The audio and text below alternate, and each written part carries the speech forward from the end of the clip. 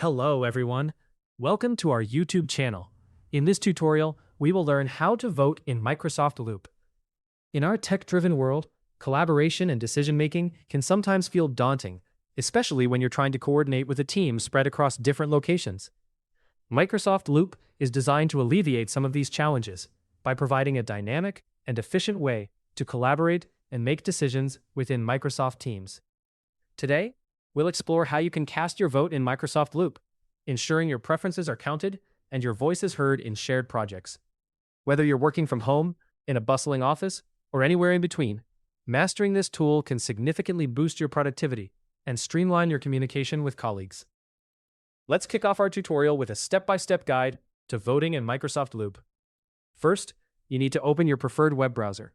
This could be Chrome, Edge, Firefox, or any other browser you typically use for your online activities.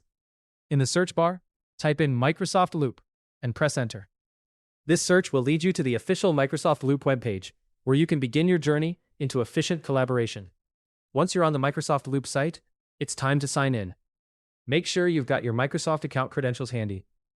If you're already signed in on your browser, you might find that you're automatically taken to the Loop interface without the need to enter your details again.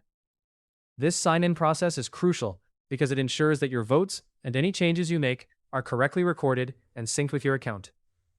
After signing in successfully, navigate to the Loop page where the specific workspace where the voting table you need is located. If your organization uses multiple workspaces for different projects or teams, take a moment to ensure you're accessing the correct one. This can save you time and prevent any confusion. If you're uncertain, it's always wise to double-check with your team if there have been any recent changes in navigation paths or naming conventions. Now, you're ready to make your vote count.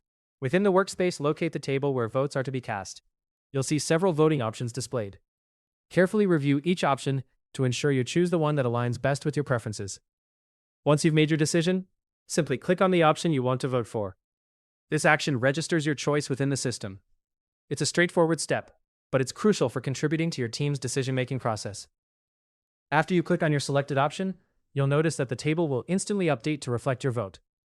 There's no need for manual saving or refreshing the page, as the system updates everything automatically in real time.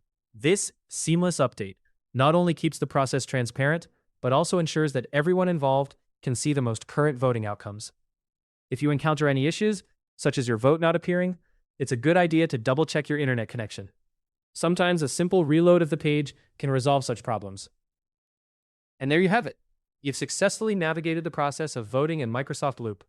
By following these steps, you can effectively participate in team decision-making and contribute to collective goals, enhancing your collaboration efforts and ensuring your voice is recognized in virtual spaces.